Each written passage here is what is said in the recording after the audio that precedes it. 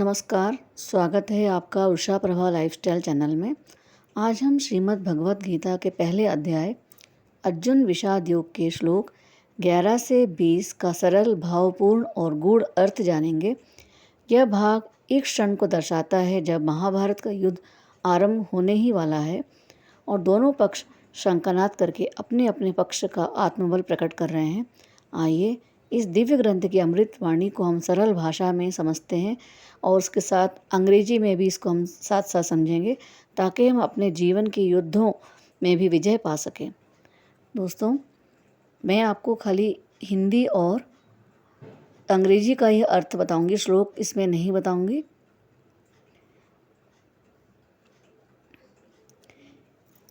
हे मेरी सेना के योद्धाओं, तुम सब अपने अपने मोर्चों पर डटे रहो।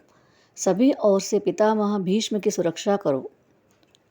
O warriors of our army, stay firmly at your respective positions and protect Grandsire Bhishma from all sides. यह दुर्योधन का आदेश है कि उसे पता है कि पितामह भीष्म उसकी सेना के आत्मा हैं, इसलिए वह चाहता है कि सभी योद्धा मिलकर उन्हें सुरक्षित रखें। यह दर्शाता है कि युद्ध शुरू होने से पहले ही दुर्योधन को भीतर से डर लग रहा है। उस समय कौरवों के वृद्ध और प्रतापी पितामह भीष्म के सिंह का समान गर्जना दे करते हुए ऊंचे स्वर में शंख बजाया, जिससे दुर्योधन का उत्साह बढ़ गया। To cheer our Duryodhana, the mighty grandsire Bhishma roared like a lion and blew his conch loudly. यह शंखनाद सिर्फ युद्ध के संकेत नहीं था, बल्कि दुर्योधन को आत्मविश्वास दिलाने का प्रयास था। भीष्म पितामह का यह कृत्य पूरी कौरव सेना के से उत्साह का संचार करता है। फिर शंख, नगाड़े, ढोल, भेरी और गौमुख के सारे वाद्य यंत्र एक साथ बज उठते हैं और उनका शंख बड़ा भयानक हुआ।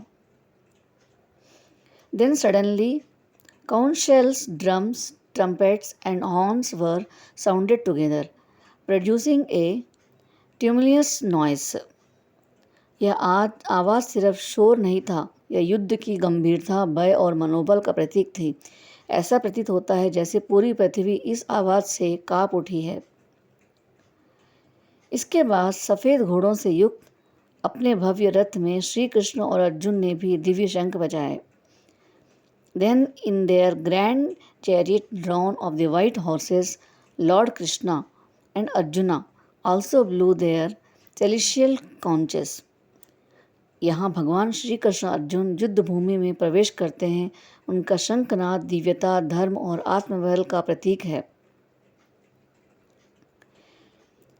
ऋषिकेश ने पांचजन्य नामक शंख बजाया।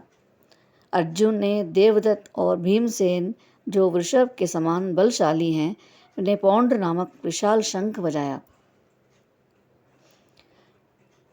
Rishikesha blew the Panchjanya, Arjun blew the Devdatta, and Bhima the Deor, the mighty deeds, blew the great conch pounder. यह केवल नामों के लेख नहीं है, बल्कि प्रत्येक शंख का नाम उनके स्वभाव को दर्शाता है। यह दिव्य शक्ति और मनोबल की घोषणा है। अनंत विजयम राजा जो हैं, राजा युधिष्ठिर ने अनंत विजय नामक शंख बजाया। नकुल और सहदेव ने क्रमशः सुघोष और मणिपुष्पक नामक शंख बजाए। काशी के महारथी शिखंडी, दुष्टधुन, विराट और सात्यकी ने भी अपने अपने शंख बजाए। King Yudhishthira blew the Anantavijaya, Nakula and Sahadeva blew the Sughosha and Manipushpaka, the mighty archer the Kashi और Shikhandi, Dishtadhamya, Virata and the निविजिबल Satyaki also blew their conches. यहाँ पांडव पक्ष की सभी प्रमुख हस्तियों का उल्लेख है जो धर्म और सत्य के रक्षक हैं। हर शंख एक नए आत्मविश्वास की लहर है। हे राजन, राजा द्रौपदी के पुत्रों और अभिमन्यु ने भी अपने अपने शंख बजाए। O king Drupada, sons of Draupadi and the mighty armed son of Subhadra also blew their respective conches. यह पीढ़ियों की भागीदारी दिखाता है। धर्म के लिए सब एकजुट हैं, राजा, योद्धा, पुत्र और शिष्य। ये भयंकर गर्जना ने धृतराष्ट्र के पुत्रों के हृदय विदीर्ण कर दिए और वह शब्द आकाश और पृथ्वी में गूंज उठा। The terrifying sound pierced the heart of Dhritarashtra's and son echoes across the sky of the earth. यहाँ से युद्ध के मनोवैज्ञानिक शुरुआत की युद्ध सिर्फ बाहरी नहीं पांडवों का आत्मबल हमारे भीतर भी चलता है। कौरवों का भय, पांडवों का आत्मबल और श्री कृष्ण की उपस्थिति ये सब दर्शाता है कि जब हमारा उद्देश्य धर्म जिनके रथ पर हनुमान का ध्वज था तो कोई भी कौरवों के युद्ध के लिए तैयार देखा। हर शंका नाद एक चेतावनी है और श्री कृष्ण से वह वचन अधर्म को कि जब हम समय आ गया है बदलाव का आत्म साक्षात्कार अर्जुन अभी कुछ नहीं बोले हैं, लेकिन हनुमान सौंदेश मन में जो उठने वाला है वह हमें अगले श्लोकों में दिखाई देगा।